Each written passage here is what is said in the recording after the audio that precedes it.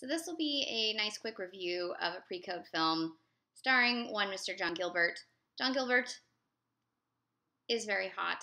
I love him in his silence. He's not bad in his talkies in that his voice is not bad, but only a few of the talkies I've seen of his are actually decent films. Unfortunately, this is on the side of not the best. This would be Mervyn LeRoy's Gentleman's Fate from 1931. It co-stars Louis Woolheim, and it was one of his last films just before he died. It also has Lila Hames and Anita Page. Unfortunately, with a cast like that, it's not a very good gangster picture, not a very good bootlegger picture, and just clunky, mostly clunky.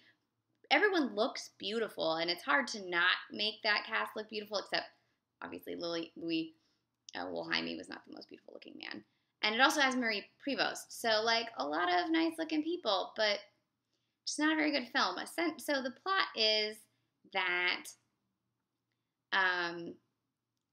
John Gilbert thinks he's adopted, but it turns out that he was actually the son of some bootleggers and the youngest son, and that the mother asked that he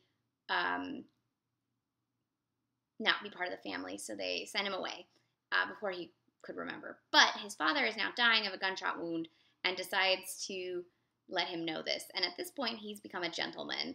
And so he goes, he's this gentleman, he's about to get married. He has his, like, really funny scene where he's having his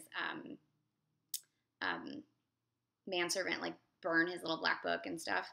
Like, if the movie was as good as that opening scene, this would have been a good film. Okay, where am I going with this? Okay, so he goes, he meets his dying father. He finds out his real name is Giacomo instead of Jack, and that he's Italian, which is like, oh my God, and that he has his brother, and they're bootleggers. And so with his father dying, he decides that he has to go be this bootlegger, and his fiancée leaves him, and he's got all these other women, and bootlegging in Canada, and rival gangsters, and people die, and 1931, and there's much better gangster pictures that you could be watching, and much better bootleg pictures that you could be watching, like The Wet Parade. And other than the fact that John Gilbert is very, very beautiful, I don't know that this film is that great. So watch for John Gilbert and Anita Page, and, you know, keep on moving. So this was, you can get it from Warner Archive Collection.